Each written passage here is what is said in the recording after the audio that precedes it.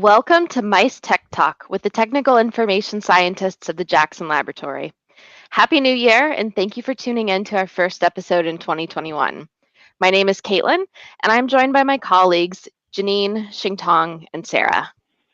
Our job as a technical information scientist is to serve the research community by answering all mouse-related research questions. MiceTech Talk is a way for us to connect with the research community by answering some of the mouse-related questions that you have live. Today we thought we would try something different to talk about our frequently asked questions.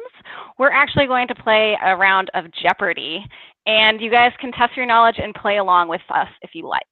So for any of you watching live, go ahead and use the comment section on the video to tell us where you are and where you're viewing from, and any mouse-related questions you may have. So we're actually going to use your questions as one of our final categories. So anytime you guys put something in there, I'll let the team know that there's a viewer question. So be a part of our questions, ask your questions in that section. Don't wait until the end to submit because I'm going to be looking at those throughout the presentation.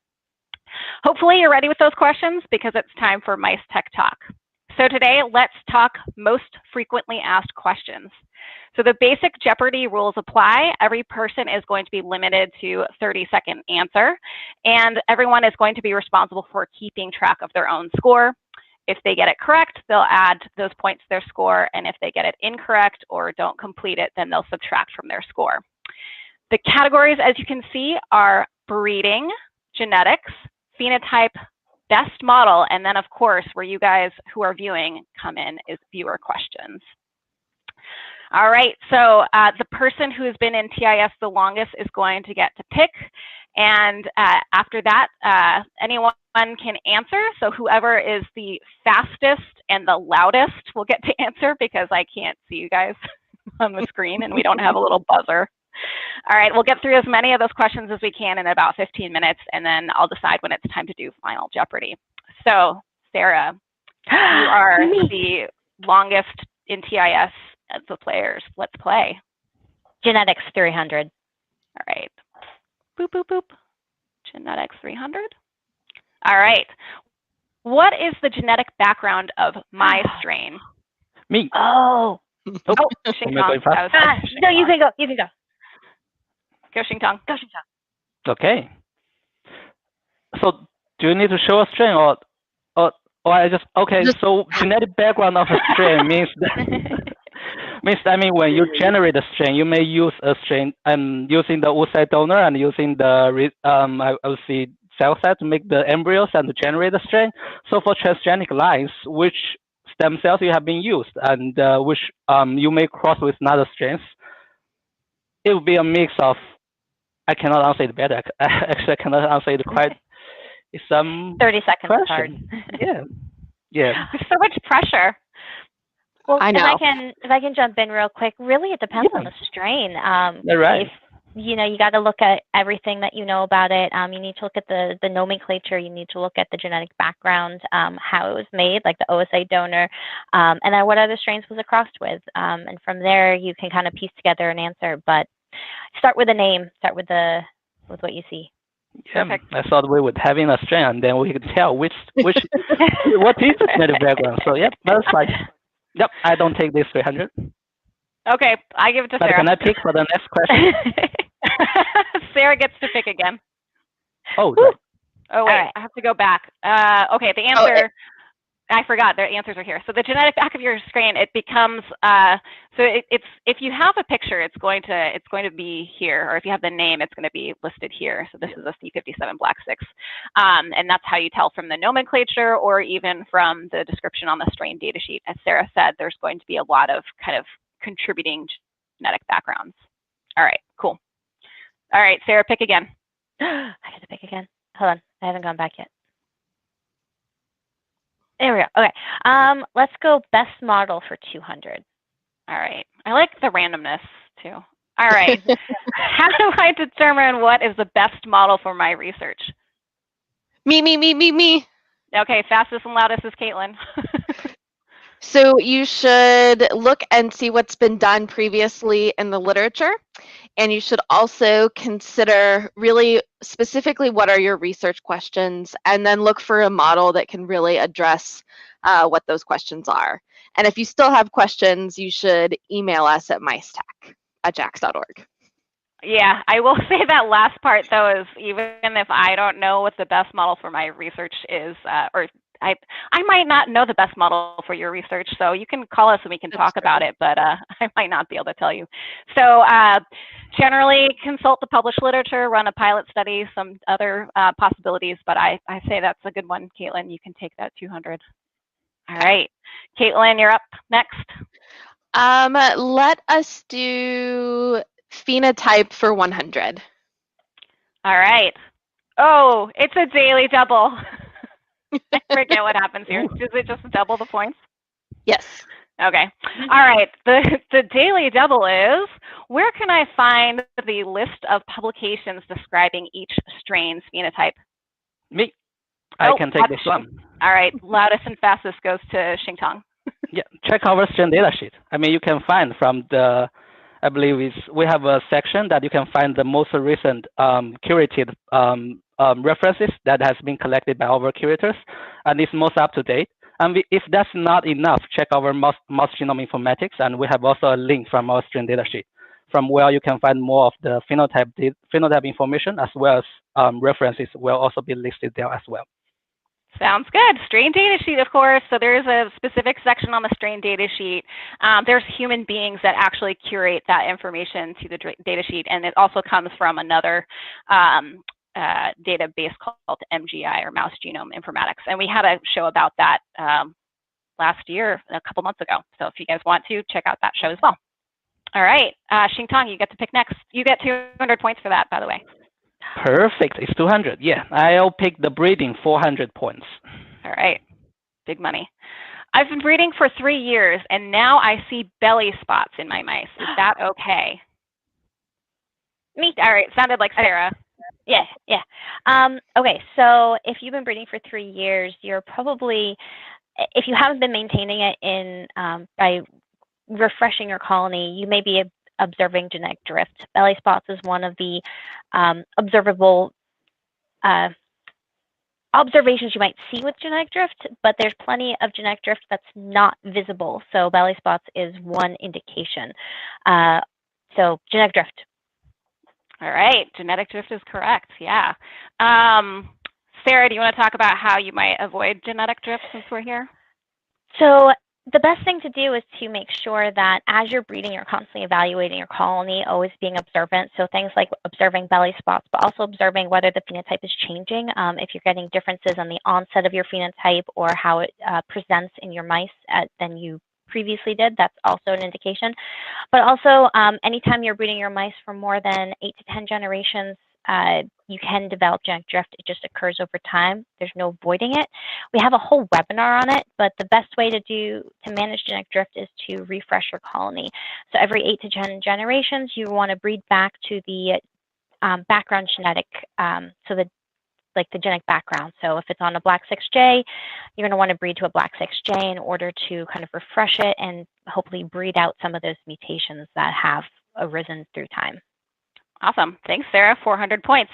I just wanted to take a quick detour and say hi to Gina and Victoria and Abdul, who said hi. So, hey, guys, thanks for joining us, and submit your questions. Maybe just throw some stumpers in there. All right, let's go back to our categories. I think, Sarah, you're up. Okay, what haven't we done? Let's do phenotype for 300. Phenotype for 300. My veterinarian is requesting a phenotype severity assessment. What do I do? Me. All right, Caitlin. Again, you can email us in TIS, and we can put that phenotype severity assessment report together for you. Okay, why don't you tell people what a phenotype severity assessment is if people don't know? But yes, email us. Correct. Sure. So it looks at how the phenotype affects the animal's health and well-being. It has some breeding information in there, so some breeding statistics, anything that's notable in the phenotype that would be important to know for those people taking care of the mice. Absolutely. So like a welfare assessment, it's typically used in Europe. We've seen that a lot in European countries, but it could definitely be an important consideration, just knowing the phenotype of your mice and being able to best take care of them. All right, Caitlin, your choice. I forgot how many points that one was. I think 300. 300. Okay. Let's do genetics 200. All right. What is the name of the DNA sequence that is recognized by Cre-recombinase? Oh. That sounded like Sarah. She was like, yeah, you read them. Sarah. LoxP. What is a LoxP? All right. What is a LoxP site? I think that's the only one we've ever answered with a question. That's why it's Jeopardy style. It's not actual Jeopardy. Yeah. It's a LoxP site. Awesome. Maybe Sarah, what's Cre-lox used for, and why would you want to use it? Typically used for doing some conditional work, or anytime where you really want to. You can use it to create conditional knockouts. You can also use it to create inversions or translocations. Most typically used for creating a conditional knockout, where you knock out a gene or a portion of a gene only in a specific tissue type. So you'll have a Cre that's driven by a very tissue or cell specific manner, and that way you can ask really sophisticated questions of what happens specifically when I knock out this gene only in T cells or only in vascular smooth muscle cells, for example. Great. All right, let's go back. And Sarah, your choice. I'm going to go hard. Let's do best model for 500. Okay. Best model for 500. What is the best model for Alzheimer's disease? Are you answering that one? Sure, I'll answer it. It depends. There's so many different factors of Alzheimer's disease. You really need to consider what you're looking for. Are you looking for an early onset? Are you looking for, tangles? Are you looking for different components of Alzheimer's disease? So really, you really want to look through the literature to see what other people are using and really consider your specific research needs. I don't know. Awesome. Yeah, I say yes. Okay. So it depends. We also just have a list of very commonly used Alzheimer's models. Just here on our website, there's lots of lists that exist. There's one called AltsForum. It's really good about what you're saying. Yeah. Can I shout out to Model AD, because they have a great resource for people looking at Alzheimer's disease. Yeah, Model AD is a great one. AltsForum was the other one I was thinking of. They have like a nice side by side. You can look at when do the plaques and tangles show up, and different behavioral and phenotype measures depending on the strain. So you can kind of compare. But yeah, you have to pick the model based on your question. So it's not always an easy thing to answer. Okay, Sarah, I think that was a 500-point answer. You want to go again? Mm-hmm. I think I'm going to go breeding for 100. All right, breeding for 100. Ooh, we're going to have a viewer question soon. Okay, breeding for 100. What types of enrichment help with breeding performance? This is an easy one, I think. So we have a few more of the enrichments, such as biotunnels, I remember, and nestlates, igloos. In addition to, that's the major three I can remember. Is this awesome. Right? Yeah, so we've got things like shepherd shacks, nestlets, igloos, biotunnels. There's probably other types of things. Probably the most important thing to consider is that it's probably going to be strain specific. So you want to try a lot of different enrichment, and it might not be something that you need to do for your strain, depending on their breeding statistics. Yep. All right, that's 100 points, Xing Tong. Let's see. Let's do the phenotype 200.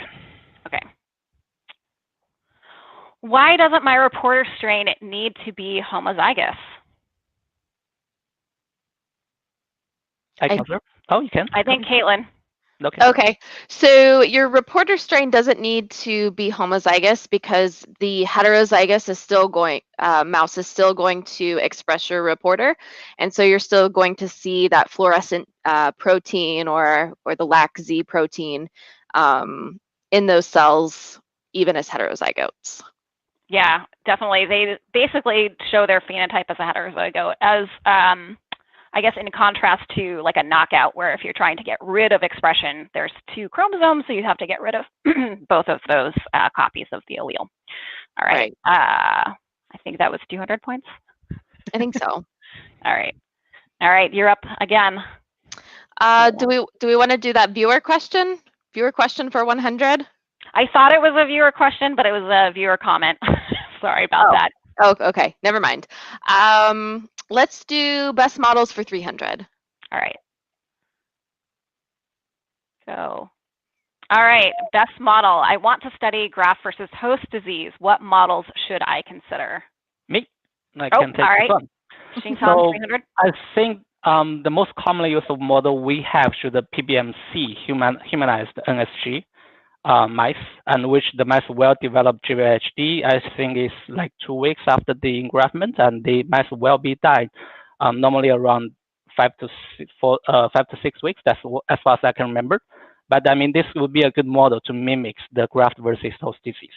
Yeah, so PBMCs for sure. I think in terms of like how long until they succumb depends on whether you how many cells you engraft. Yep. Yeah, how many cells you engraft, what method you do it, which mouse strain you're using, of course. But we typically use some sort of NSG variant, so a NOD-SCID gamma, and then we use human PBMCs, and those T cells that are coming from the human blood will then begin to attack the mouse hosts, and so those mice will then develop graft versus host disease. Cool. All right, Xingtong, let's do like 2 more questions. Okay, let's do some high points, maybe genetics 500. Okay. All right. It's a daily double. Oh, all right. Oh, so it's actually worth be a huge. 1,000. You guys can come, go ahead of Sarah. I haven't been keeping track, but I feel like Sarah's answered a lot of these. Okay. Yeah. All right. Oh, you guys ready? Does a genome scan help determine if there's an issue with the genetic background or if there's genetic drift? Me. All right, Caitlin. Because I want to win. So a genome scan is actually not going to help you determine genetic drift.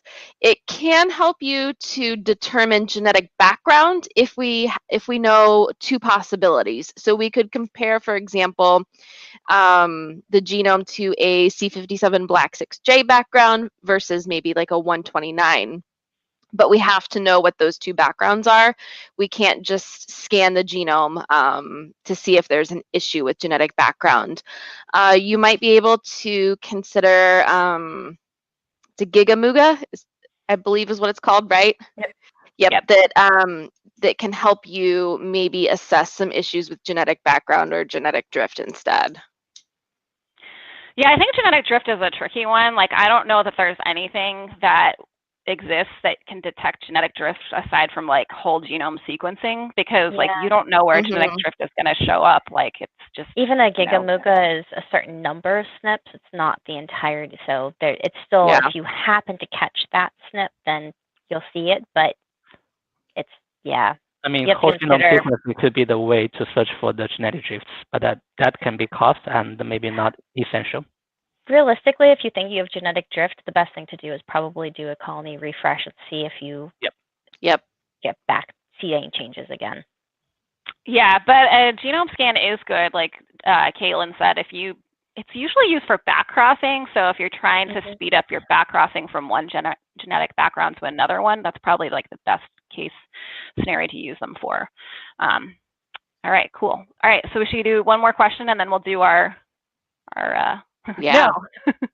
All right, we'll do 1 more question. All right, Caitlin, you're up. Let's do another big one. Let's do phenotype for 500. All right, phenotype for 500. What if my mice don't have the expected phenotype?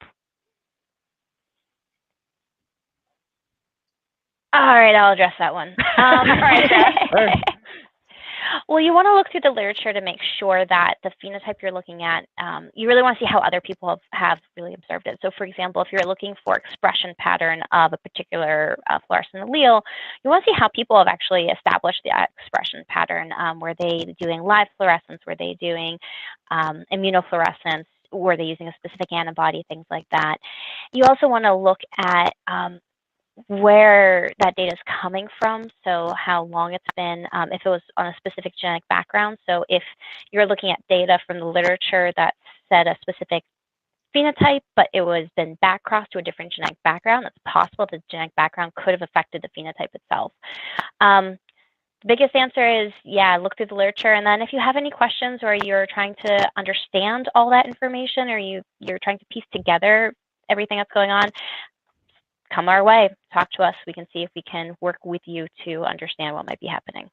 Can I have one more comment? I mean, Yep. for some of the environmental, heavily infected by environmental phenotypes, and you may want to let mice rest. Once they arrive, maybe you may want to let them rest for 2 or 3 weeks, even longer time, before they can get used to the environment, such as diabetic mice models. I mean, the glucose levels, those type of phenotype. Just be aware of the environment change. Okay, I think you get points for that one, Xingtong. Environmental effects. Yeah, like stress can absolutely affect your phenotype. All right, let's go. I think we want to get to, the official answer is acclimation period, regenotype, and primary liver view. So I think you guys covered most of those things. All right, let's go to scores. I don't have your guys' scores, so Caitlin, what was your score after your Mine was 1,700. Oh, 1,700. And Sarah? Hold on. Did I get points for the last one or not? I can't remember. Yes, you did. Okay. Yeah. In that case, I am at 19. 1900. Yeah. All right, Xingtong? Oh, I got 600. For the low point. So Sarah's in the lead, followed shortly by Caitlin and then Xingtong. All right, how do I get to the Final Jeopardy? Here we go. All right, Final Jeopardy. So you guys can wager your entire point or some portion thereof. All right, so this is the farthest place a JAX mouse has traveled from Bar Harbor, Maine, and everybody's gonna participate. And I forgot to ask you guys to get paper to write it on. Do you guys have paper to write it on so you can show your answer? Trying to get the paper. Yeah. Do do do do do do do do do do do do. Do do do do do do do do do do do do do do do. Bong bong. All right, did you guys finish writing? Yep. Don't make me sing again. Okay. Right. All right. Does Alex Trebek start with the lowest or the highest? It doesn't matter. We'll all just do it. All right, Xingtong, what's your answer? Hold it up. I tried to say space. Space. All right. Sarah, what do you got? Mine is an it depends. It depends on where the ISS currently is, because I did some math. And then Caitlin? Mine is the ISS. Awesome. And 1,700 points. I forgot what your wagers were. All right. You guys are all correct. Well, Sarah, explain your answer. Well, okay. So, because I'm really excited about the moustronauts and the mighty mice in space, so I've been reading up all about it. And I actually did not realize where the ISS is, but it's about 250 miles above the surface of the Earth. So realistically, actually, if you consider if the ISS is directly over the top of Bar Harbor, it actually hasn't traveled nearly as far as when we send mice to Shanghai. So I don't know. That's my depends. You're but right. If the ISS was over if the ISS is over Shanghai at the moment, then that is actually the farthest. Cool. that was my fun nerd moment. You guys all got the correct answers, so we all win. We all win. Everybody wins. Yay. All right. That is the end of my sharing. All right. Can we say a shout out to Cody, Kyle, Mohammed, and Nadine, just because, hi. Yeah, hi. Thanks for joining us. Awesome. All right. Well, that concludes our fun Jeopardy style game. Oh, who won? I didn't even figure out who won. I think technically Sarah, but probably. All right. Awesome. I had fun, and that's all that matters. Yeah. Yes. All right, Sarah, Caitlin, take us away. All right. Thanks again for watching and playing along with us. Our next MiceTech Talk is called Let's Talk the Good, Bad, and Ugly Gels, which will be next Tuesday, January 19th. And we look forward to seeing you again on LinkedIn and YouTube. So this is Caitlin saying stay healthy, stay safe, and stay excited about research.